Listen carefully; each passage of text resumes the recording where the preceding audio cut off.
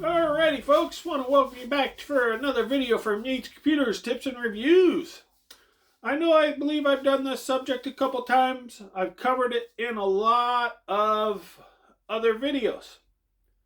But before I get started, I want to mention, head on in to the YouTube channel, hit the subscribe, hit the bell, get the updates when these videos come available. This subject I'm covering, again, is your CPU, your processor, the brains of your computer. The reason why I wanted to cover this is because I'm in the year of the rabbit hole.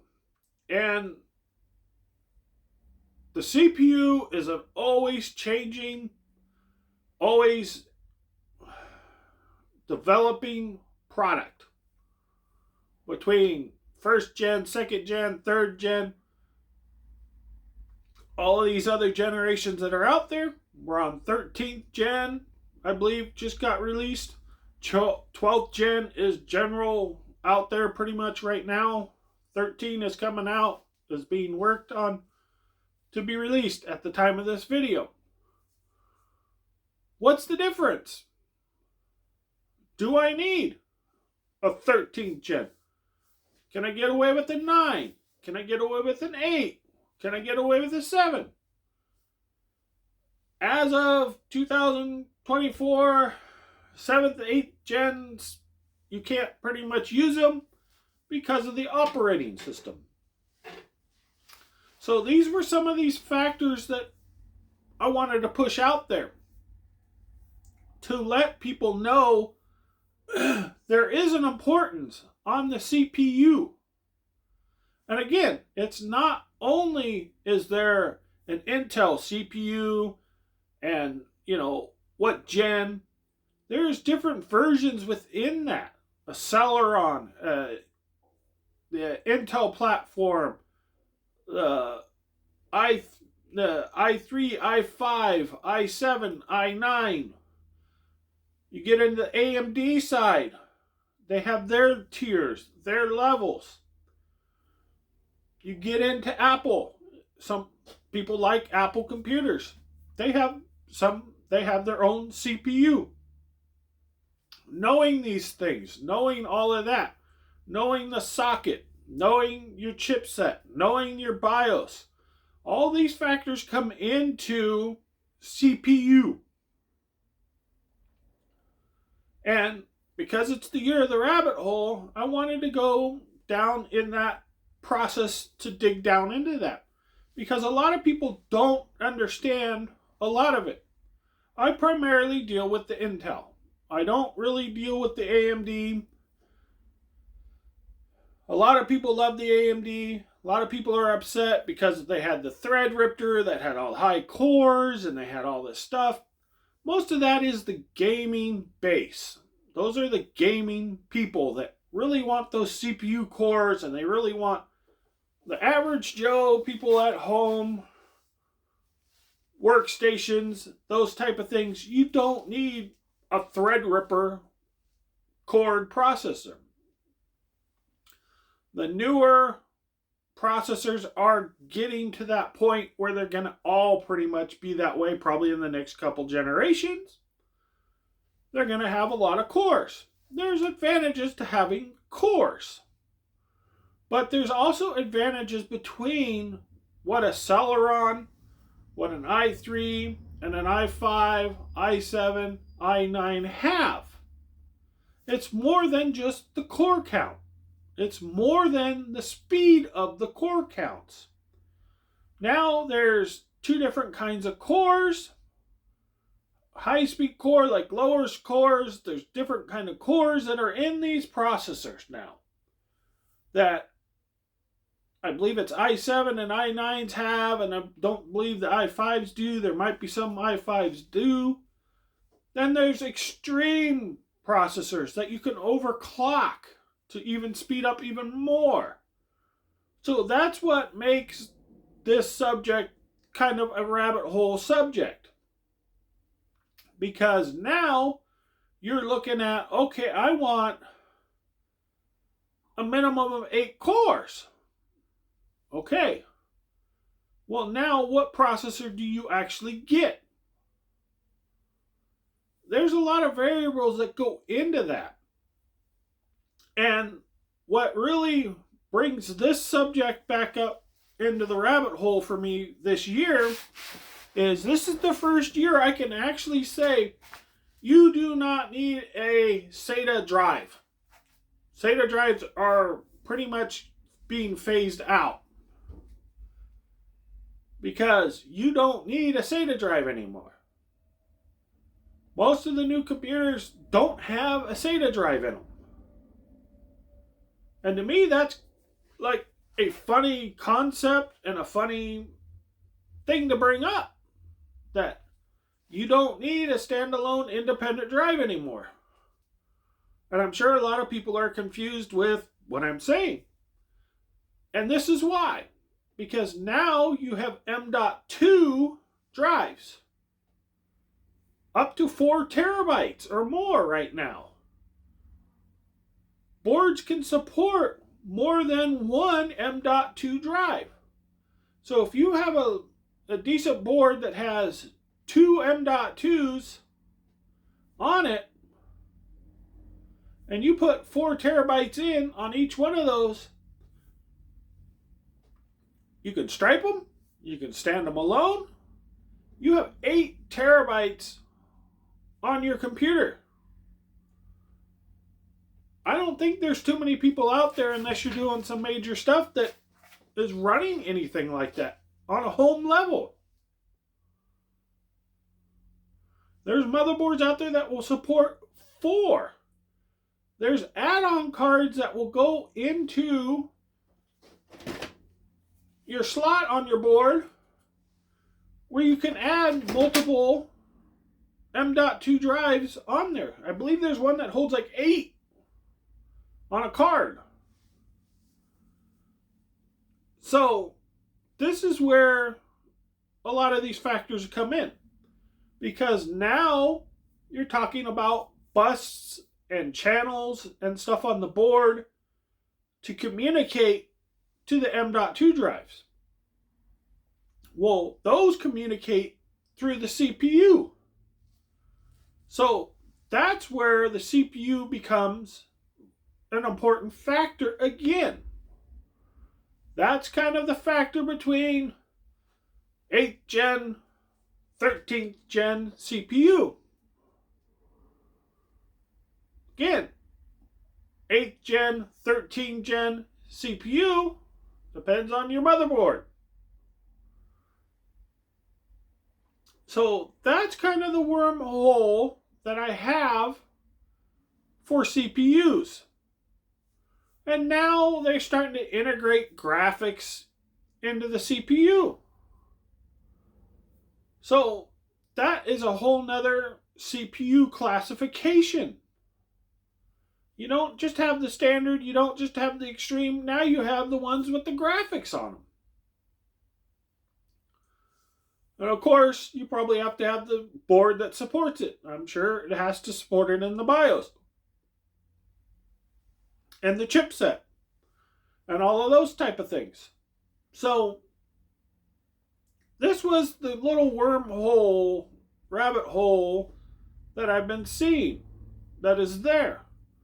So, it's not as simple as, hey, I want to go out and get something that has 12 cores, hyper-threaded, so it acts as 24, is a whole nother issue. Hyper-threading, how many times it can use that core, can be used. I'm not too sure if they're actually doing hyper-threading anymore. Now it's all standalone cores. I don't even know if you really need hyper-threaded in a situation where you have 30 cores on a board. They may still have some processors out there that have those availabilities. But it might not be the 13th gen. It might be a 10th gen. It might be something different.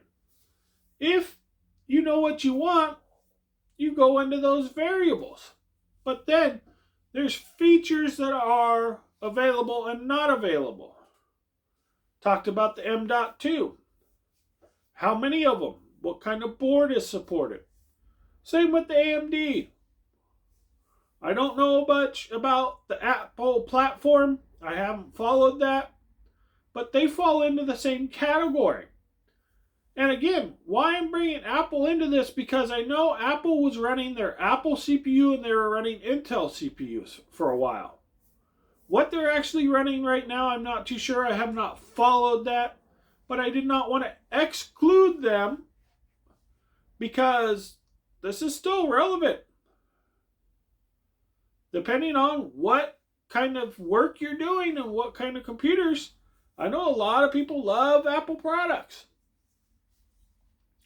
I've watched videos on horrible support they have on trying to get the repairs for Apples and trying to get, and I always just scratch my head. I'm like, I don't know why they're buying that Apple. I'm happy with the small little Intel. I have my unboxing of this one. And like I said, this is a Celeron. Who would have thought in today's age that I would buy a Celeron? I stayed away from Celerons. Now they're powerful enough to do my video capturing and do my other stuff that I need it to. It's kind of a shocking development to me. So again, what do you need? What kind of CPU you use? What kind of CPU you're going to buy? That is really the variable. With the CPU, you get into memory. DDR3, DDR4, DDR5. What supports what? If you're someone that insists on, I gotta have the highest, greatest, newest thing, and you have to have DDR5, well, then you're going to be limited to what generations of processor you can buy. Maybe you have software that won't support a specific piece of hardware. You're going to have to look at the CPU. So, upgradability, socket, the thing that the CPU actually goes in is the socket. They're different sizes. Again, now, cover some of this more, and I've had some of it. Cooling. How are you going to cool that processor? Goes into power supply, case, all your rear things you want to have. Depends on the motherboard, but that also depends on CPU. So knowing that type of stuff is where the rabbit hole effect starts on a CPU. Again, it's not really that complicated. Most of it would be if you're going to go out and actually make your own computer, some of this comes into play. But most people are going to go out and get a pre-buy, pre-made. Have it pre-done. You're going to want to know where you're going to want to start to look. If your key point is, I want DDR5, I want a 4090 video card. Whatever your key feature is going to help you determine what CPU you're going to actually need and what socket you're going to need.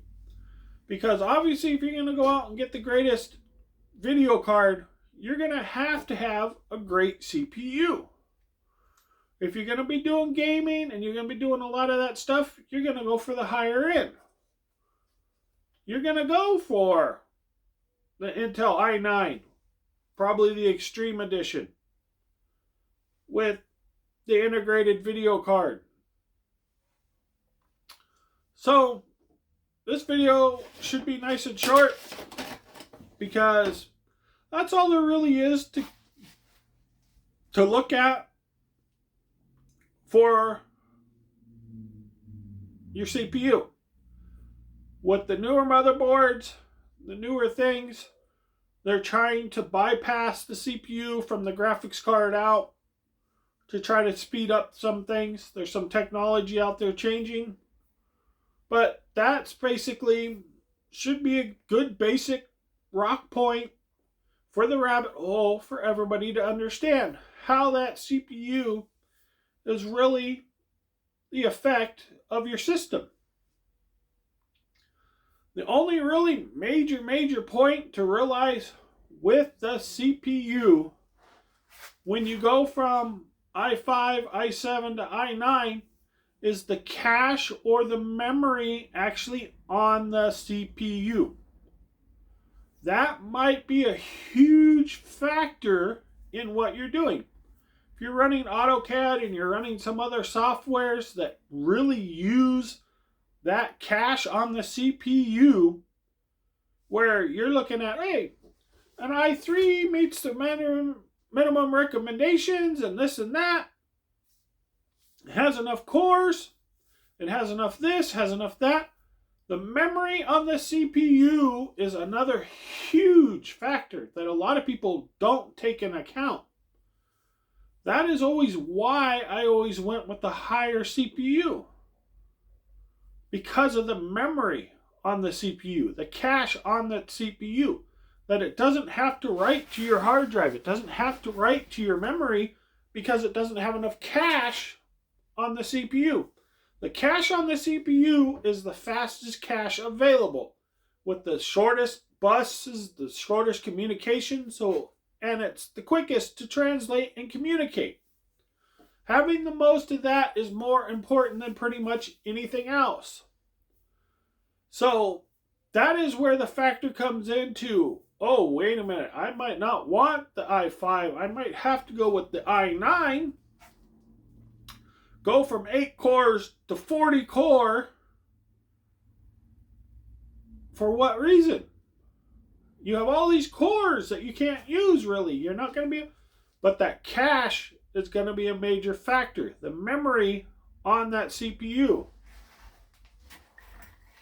And I don't have one up here right now. So that is one of the major factors you want to look at. And knowing this is very important. And I think those are basically all the basics there are on the CPU. And that's where the rabbit hole effect really comes in. Because I'm sure you've known, oh, this is what I want. This is how I want it. And then it's slow on certain things and certain things aren't working right. Could be just as simple as you got a CPU with too small a cache. And knowing what versions are out there, knowing 11th gen, 12th gen, 13th gen, knowing the differences between them. Because there might be a difference between going from an i5 11th gen to an i5 12th gen cache level that might vary the whole decision on 11th gen, 12th gen. Might not be core counts. Might not be any of those other things, sockets or motherboard or any of those other specifications out there other than the cache, the memory on the actual CPU. So again, thank you for watching. Head over, hit the subscribe, hit the bell. I'm going to wrap this one up before I go on too long. Keep it short because it is a small, easy subject, but it is a rabbit hole. Once you start looking for computers and you're looking at prices, that's going to vary a lot, and it's going to defer you to a certain price range, and you got to determine, is that the right product? Or do you really need to spend the money and get the i9? Or can you get the i5 and be okay? Because I have mentioned in lots of videos, this is the time where you can overbuy. Buy something that's way more than you need. So I wanted to throw that warning out there because that is part of the rabbit hole. Oh, this looks nice, but man, for an extra $200-300 I can get this one over here. And it could be too much, but You never know. It might be better just to do it because it's $200 or $300. And what the advantages are. Having that cache on that CPU, having all those other type of things, other than what they market as the cores and the speed of the cores. So that's what I wanted to put out. Thank you all very much.